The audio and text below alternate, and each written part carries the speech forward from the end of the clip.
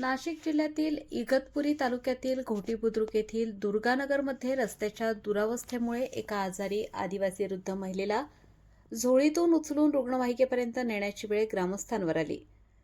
खोदलेल्या रस्त्यामुळे रुग्णवाहिका घटनास्थळी पोहोचू न शकल्याने नागरिकांनी प्रशासनाविरोधात तीव्र संताप व्यक्त केला.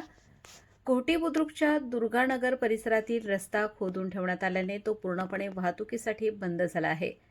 परिणामी आजारी आदिवासी वृद्ध महिलेला उपचारासाठी रुग्णालयात नेण्यासाठी युवकांनी चिखल आणि खराब रस्त्यातून झोळीतून खांद्यावर उचलून रुग्णवाहिकेपर्यंत नेले.